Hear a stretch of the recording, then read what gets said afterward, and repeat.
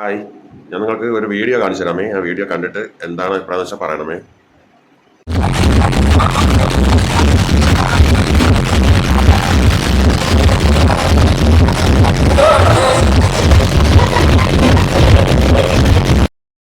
ഇത് ഹിന്ദി സിനിമയിലെ ഷൂട്ടിംഗ് സെറ്റോ അതല്ലെങ്കിൽ 5 സ്റ്റാർ ബാറിൻ്റെ അകത്തെ ഐറ്റം ഡാൻസോ ഒന്നുമല്ല. പ്രപഞ്ച സൃഷ്ടിക്ക് തന്നെ കാരണമായ അള്ളാഹുവിൻ്റെ റസൂലിൻ്റെ, അതായത് പരിശുദ്ധ ഖുർആൻ നേരിട്ട് കയ്യിൽ ഏൽപ്പിക്കപ്പെട്ട അവസാന പ്രവാചകനായ മുത്തു മുഹമ്മദ് റസൂലിൻ്റെ ജന്മദിനം എന്ന പേരിൽ നടത്തുന്ന പേക്കൂത്തുകളാണ് നമ്മളിപ്പോൾ കണ്ടുകൊണ്ടിരിക്കുന്നത്.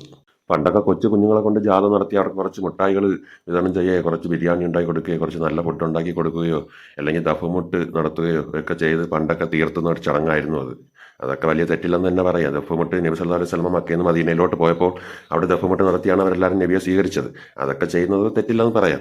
കഴിഞ്ഞ വർഷം ഞാനൊരു പോസ്റ്റ് ഇതിനെതിരെ യൂട്യൂബിൽ ഇട്ടപ്പോഴത്തേക്ക് ഒരുപാട് സൈബർ അറ്റാക്കും ഒരുപാട് ക്വസ്റ്റ്യൻസും വന്നായിരുന്നു. ഞാൻ മുജാഹിദാണോ, ഞാൻ മുജാഹിദോ, ഞാൻ ജമാഅത്ത് ഇസ്ലാമിയോ സുന്നിയോ ഒന്നുമല്ല, ഞാൻ യഥാർത്ഥ മുസ്ലിം തന്നെയാണ്.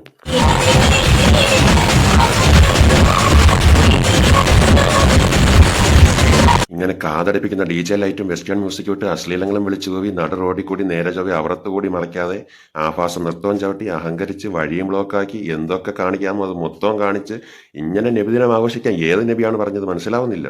നബിദിനം മാത്രമല്ല, നബി മരിച്ച ദിവസം കൂടിയാണ് റബീഉൽ അവ്വൽ 12. നബി മരിച്ച ദിവസം നബിയുടെ ശത്രുക്കളായ മുശ്രിക്കുകളാണ് റോഡ് നീളെ മധുര പലഹാരങ്ങൾ വിതരണം ചെയ്ത് നൃത്തം ചവിട്ടി പാട്ടുപാടി അഹങ്കരിച്ച് വിശിഷ്ട ഭക്ഷണങ്ങൾ ഉണ്ടാക്കി വിളമ്പി സന്തോഷിച്ചത്. ഈ വൃത്തിയോടുകൾ കാണിച്ചാലും നബിയോടുള്ള നമ്മുടെ സ്നേഹം കാണിക്കേണ്ടത്. നബി പറഞ്ഞത് കേട്ട് അനുസരിച്ച് നബി ചര്യയെ പിന്തുടർന്ന് ജീവിക്കുക.